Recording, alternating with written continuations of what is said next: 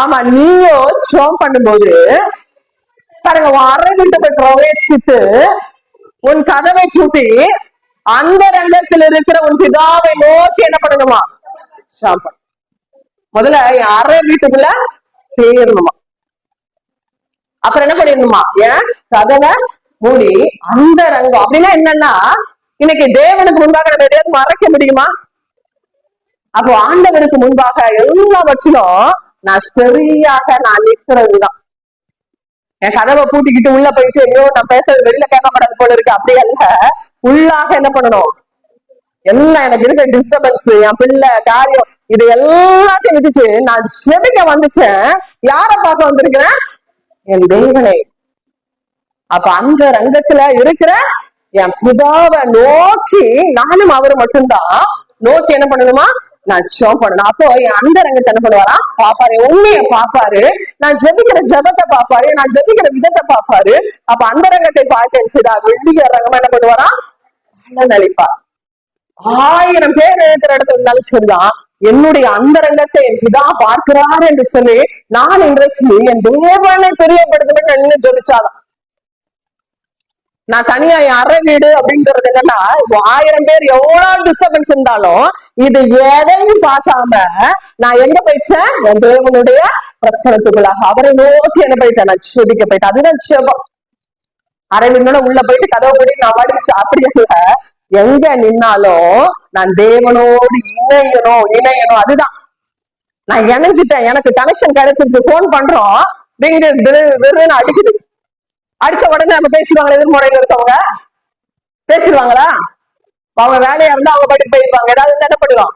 நான் கெல்லு அடிச்சிருச்சு உடனே எடுத்து இதை பாருங்க, எனக்கு தெரியுமா, எனக்கு இப்படி பிரச்சனை, எனக்கு இது வேணும், இது தாங்க கேட்டு நான் வச்சுட்டேன்னு வச்சுக்கோங்க. அந்த கால் அட்டன் பண்ணாங்களான்னு தெரியலன்னு சொல்லிட்டு நான் பாட்டுக்கு வந்துருவேன். ஆனா அங்க கனெக்ஷனே ஆகல. நான் 10 மணி நேரம் பேசுறது வேஸ்ட் தானே. இதுதான் இன்றைக்கு நான் போட்ட உடனே என்னம்மா என் மகளேன்னு சொல்லி எதிர்முனையில யாருடைய குரல் கேட்கணும்? தேவனுடைய குரல். அப்படிப்பட்ட பாத்திரமா இன்னைக்கு நம்ம இருக்கோமா? இல்ல.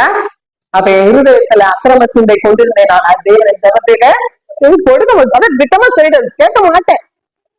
ஆனா ஜபத்தை கேட்கிறவரே மாம்சமான, ஏன்னா அவருதான் நமக்கு வேற வழி கிடையாது. அவர்கிட்ட நமக்கு வேற வழிய அவர் நமக்கு கேட்கறன்னு வச்சுக்க. நம்ம வாழ்க்கையில ஒண்ணுமே நம்ம பூஜ்யம் தான்.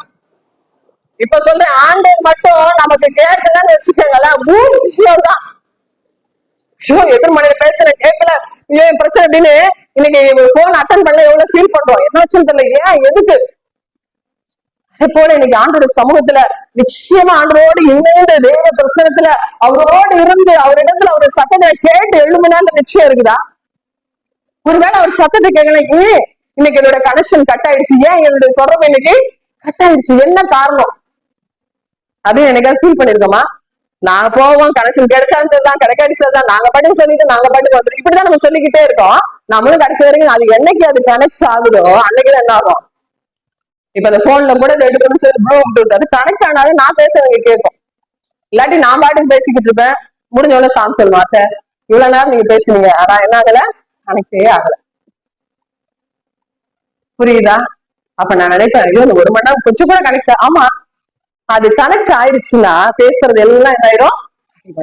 அப்ப தேவனோட முதல்ல கனெக்ட் ஆனாதான் பேசுறதெல்லாம் என்ன பண்ணுவாரு? கேட்பாரு.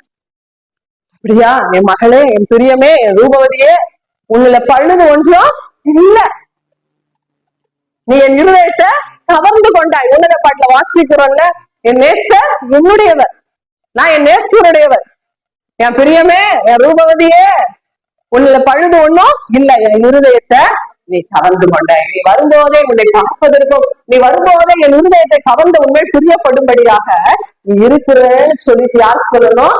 ஆண்டவர் சொல்லணும்.